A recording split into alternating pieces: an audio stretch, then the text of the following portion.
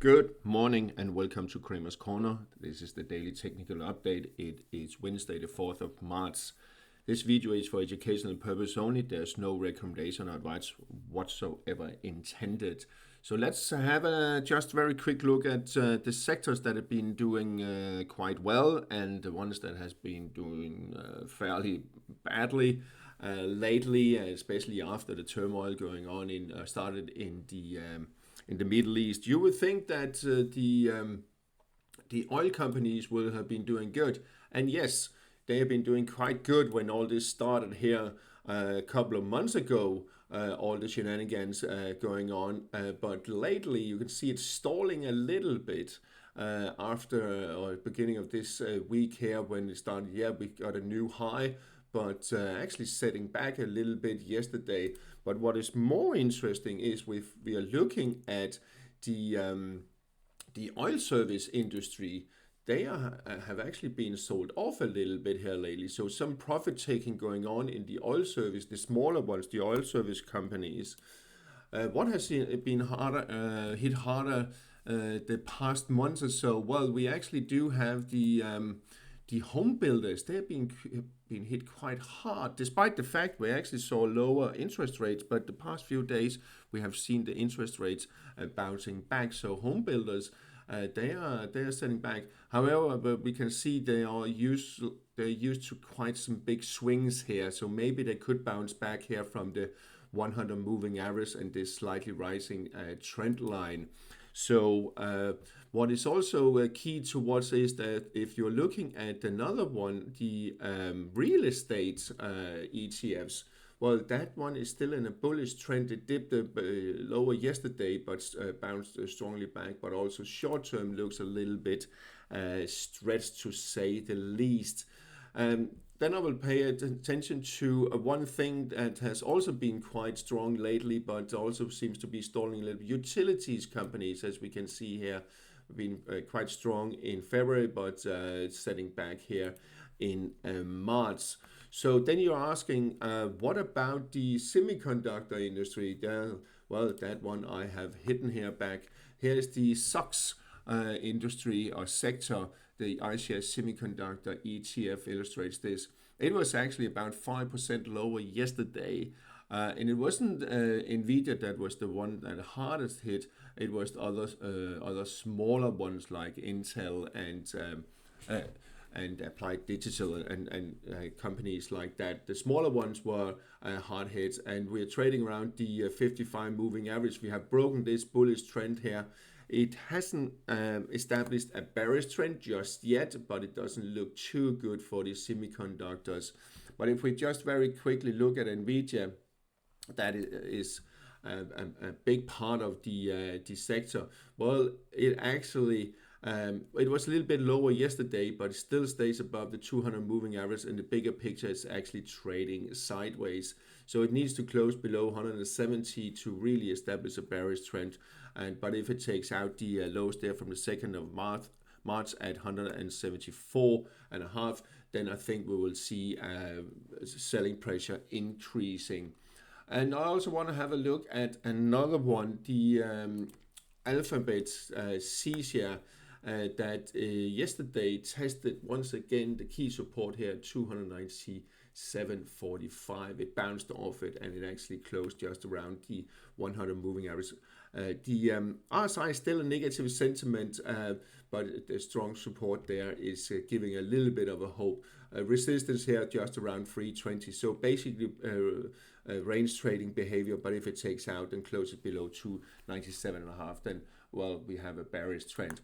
Moving on to the overall indices and Nasdaq 100. Once again, you can see how many times it managed to close above 24,500. And that seems to be the key strong support level that should be observed. If it, I mean, it's dipped below, but never closed below, or never, but hasn't closed below in a whole month now. So there's still some buyers out there, but you can see the overall pressure is to the downside. You can see 55 moving average. Give it a couple of days, then it's probably closing below the 100. And if the 100 are also declining, well, then we have a little bit of a death cross. It's not the strongest one since they're both medium-term moving averages, but still it's not a bullish indicator, to say the least. Here pre-market, the future is now just trading around 24,500. So maybe we see here also 55 breaking below in a day or so, below the 100, and the RSI currently flirting with the 40 threshold, already negative sentiment. So it looks a little bit heavy on the indices too. Here S&P 500 managed to close back above 6,789, despite the fact that it actually dipped below 6,720, key support there. So also a little bit looks a little bit better, but I would be very cautious. It's not in a bullish trend by any means. Pre-market, we can see it also dipping a little bit lower here, the future, lower part of the cloud. We saw the yesterday it dipped to the again 6,720. So that is a key significant level to watch out for. The Dow Jones future also testing the support 48,000 here, 48,300, and the 100 moving average. We saw the Russell 2000 index yesterday here illustrated. I always illustrate it with the ETF. Dip lower to the 100 moving average, but managed to close above the support at 258. On the other hand, and it doesn't look too good. I also read, I don't have access to it at the moment, but the Kospi index in Seoul has been hard hit again and dragging down the Hang Seng index down 2.5% and closing just a tad below 25,145. We are in a negative sentiment, as we can see here. We are in a bearish trend. We are below the 200 moving average. We are below this support there. So that doesn't look too good for Asian stocks, and they are the ones that is hardest hit also, because if oil is not streaming into the Far East from Iran especially, well, then it could be a problem for the industries in Asia and China in general. And that is also why Nikkei doesn't look too good either. We have Nikkei being selling off lately a couple of times now, testing the 55 moving average here with the future. There is a risk lower to 51,860. RSI flirting with the 40 threshold. The uptrend has been reversed. Will establish a true bearish trend. That will be key, but we have broken this rising trend line there. So I would be very cautious. We could see further selling down to around the 52, 51, 860 level. European market got hammered yesterday with the EUROStoxx50 down 3.6%. EuroStoxx50 closing just above the lower part of the cloud, and key support here at 5,766, dipping a little bit below. Negative sentiment now, so there's a further downside risk to 5,680, 75 area down here. It is not the strongest support, but it's a little bit of a consolidation area, but there could be risk further down to around 5,600 and the 200 moving average. And let's have a look what's actually going on pre-market. You can see it's actually dipping a little bit lower here with the CFD future. Dipped again below its cloud and negative sentiment, but I think, to be honest, maybe we could see a little. It has been a very strong reaction to this, and this is what we also saw when the Ukraine war broke out, a massive reaction, and then market stabilizes and then bounce. I'm not saying we are there yet, but you should keep an eye on it. If it takes out the lows here from the past few days, well, yeah, then we will see the EUROStoxx50, or we could see, there's no certainty, just around 5,600. There is a risk down to that level, and then we are back here to actually November 2025. But I would start looking for possibilities to buy. This is not a recommendation, but it is a massive reaction. Let's have a look at DAX index. Also lower. It actually is below its cloud. It is below the support there, 23,880. dipping below that level. And here pre-market, it looks really bad for the DAX. See here, 23,750 negative sentiment. We don't have any strong supports until around these levels down here, 23,280. That is not even the strongest one. That is around 23,000. I'm not saying we will dip to that level, but here pre-market, it seems like the market or the market participants are still nervous, so they're still selling off a little bit. But I wouldn't be surprised if we see some buyers coming trying to bottom fish, but be really careful about doing that. Let's have a look at what the FX market has been doing. A lot of volatility also going on there. We saw euro dollar dip below the support at 115.70, 65.17 there, and then has a strong bounce. And maybe that is the bounce we need a little bit. Let's see, can we get 116.45? I think we could get up to that. But the key question, can we actually move back above 117, maybe to the 61.8 retracement there at 117.15. Still above the medium-term rising trend line there. If it takes out the lows today, and I think that is enough, maybe not even the one yesterday. If it takes out the lows today, it could have a go to push towards 115 and lower. That could be the risk down to at 114. We can see the 55 moving average turning over, so we won't move into a bullish trend anytime soon. Also, sterling dollar dip below its key supports here in the region around 133, 132, 80, 85, but then a bounce, and I think maybe we could see a little bit of further bounce, and I will add a Fibonacci to it. If you're just a short-term trader, we could see it bouncing maybe up to this falling trend line here in the region around 134, but we are in a bearish trend and it could take it lower, so keep an eye on that. Euro sterling, really without direction, a lot of volatility, and to be honest, I have a little bit of trouble sometimes understanding euro sterling, but you have to understand it the way look at euro dollar and sterling dollar or cable.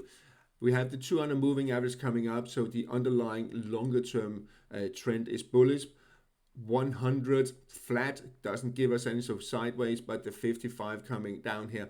So that is a class of trends basically, and that's why I think we have these this volatility. And looking at the weekly chart, it's really hard to see.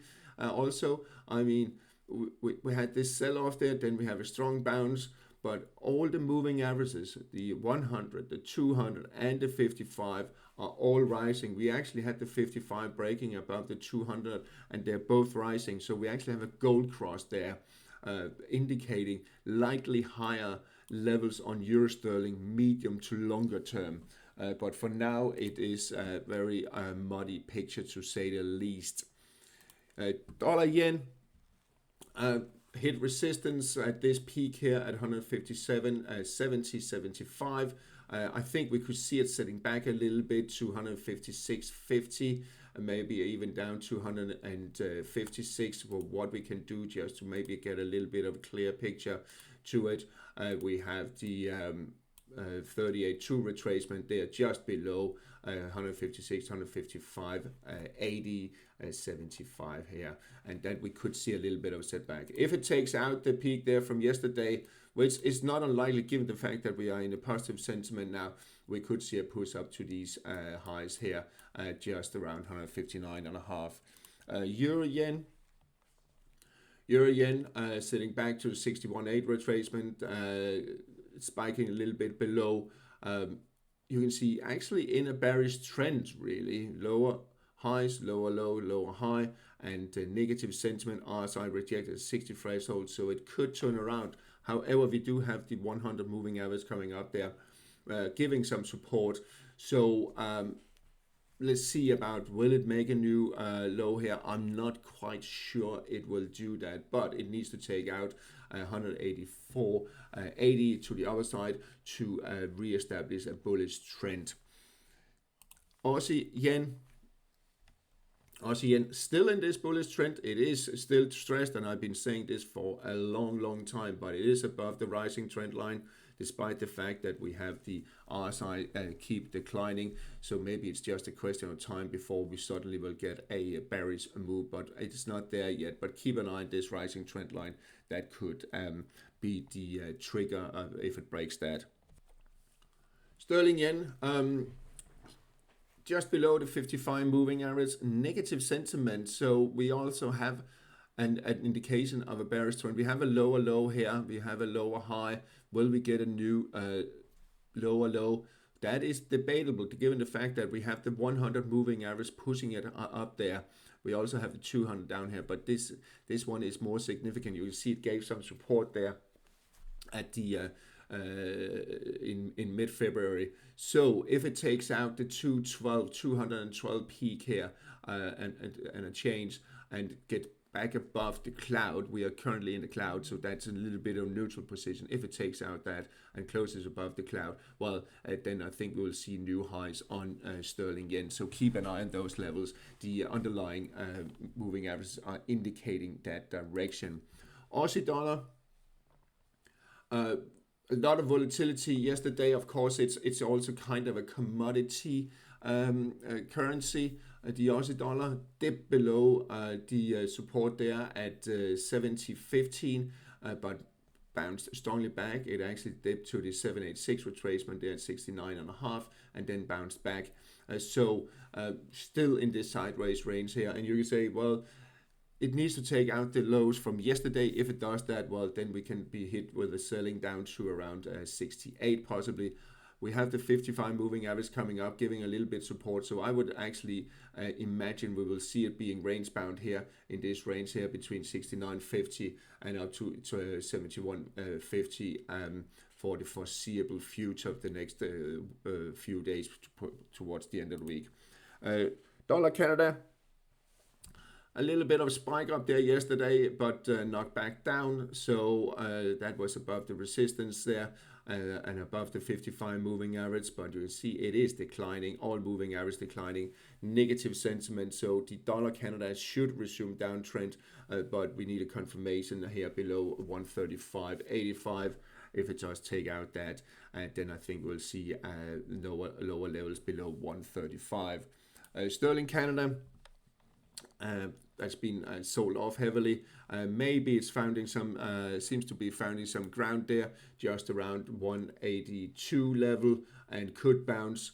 And let's just zoom in again. I think we could see it bouncing a little bit up to 183 and a quarter, maybe a little bit more, but it is actually in a bearish trend. Moving on to Swiss franc and Euro Swiss has been sold off once again. So a strengthening of the Swiss franc, and that could continue. We can see that the RSI has broken below its rising trend line there, even if we adjusted a little bit right there. It's currently below, and we have been in a bearish trend for quite some time here on the Euro Swiss. So the it seems to be strengthening. If we're looking at the weekly chart, we can also see it here for a very long time, stronger and stronger Swiss franc. Dollar Swiss, and let's just zoom back in on it. Yesterday it spiked higher to the 786 retracement there at 78.70, the retracement of this sell-off there. But it closed back below the resistance there at 78.20 and below the 55 moving average. And now we can see it actually being sold off here, maybe again this morning. RSI was rejected, and during the spike up there yesterday, it was above 60 threshold, but it has it didn't manage to stay above. So maybe we could see it falling back a little bit, and that spells very well into what's going on in the in dollar. The dollar index spiked above resistance here at 99.30. Positive sentiment indicating high levels, but look at this. It's tried again this morning here, but it's being sold off a little bit. So what I will do, I will also add a Fibonacci to this uptrend here. We can do it the longer one there. So all right, The 38.2 is just around where the 786 of this downtrend there is. So we could see it setting back to around 98.50, 98.40 possibly. If we adjust it and only say, well, it is the last leg up there, well, then we are still in this region here. So a little bit of a setback, but could push higher after a correction here at the next few days. Then maybe we could see it pushing higher again. The metal sector got hit by heavy selling yesterday. Excuse me. Gold sold off heavily, a couple of percent down to the below the 61.8 retracement, and this uptrend there is dipping a little bit below. And now I've drawn a rising trend line. It seems like we are trading in this channel-like pattern there, and it needs to break out for direction, you would say, but we are already in a bullish trend, higher highs, higher lows, higher highs and higher lows, and bouncing now here again, and I think we will bounce further in the next few days. So still I believe in higher gold levels on the medium term. However, if it takes out the lows from yesterday, then we could see it pushing back down to around 48.40, and there is a risk for just that, that it will do that. We have a little bit of a top and reversal pattern in place here, so keep an eye on that lows there from yesterday. It could push it down to the 55 moving average and 48.40. The silver got also beaten badly yesterday, dipping below the cloud, almost down to the 786 retracement of this uptrend there, and then it's bounced a little bit back in the cloud, back above 55 moving average. Still positive sentiment, didn't close below 40 threshold, so we are still in a slightly bullish trend, but it is under pressure. If it takes out the lows from yesterday or from Tuesday there, then we could risk it to see it down here around 71, 72.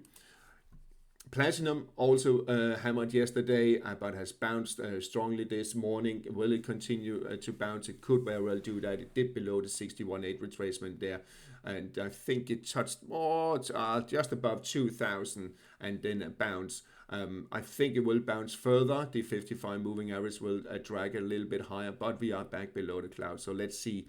I would be very cautious at the moment, and again, if it takes out the lows from yesterday, then we could see it down to around 1880, maybe down 1820.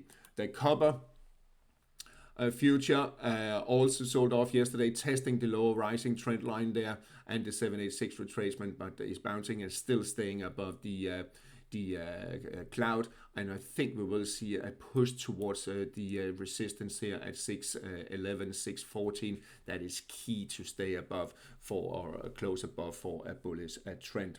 The oil market is keeping pushing higher, of course. We have WTI crude oil pushing higher. And if I think we need to look at the weekly chart where we see some levels 78.5, we have a bit of resistance there, but there is potential up to around $80, 80 and a bit, 80, 70. We could see a push up to this range. Strong positive sentiment on both weekly and daily, indicating likely higher levels, but be careful if you're trading that. That could some development could occur, and then suddenly selling is pushing it lower. Brent crude oil obviously also pushing higher and has the potential up to around 87.5, 88 medium term. The EU NatGas has been really on fire lately, and yesterday spiked higher above 65 euros. You can see here on the weekly, we got back above the peak there from Q1 last year, and then it collapsed a little bit, and it seems like it's setting back now here. And what I will do, and again, if you be very cautious if you're trading NatGas, EU NatGas, we could see it setting back to around 52, 51 euros. But what I will actually do, I will just say this is actually the panic mode that starts there. So around 52 euros, it could set back but again, we are in a positive sentiment.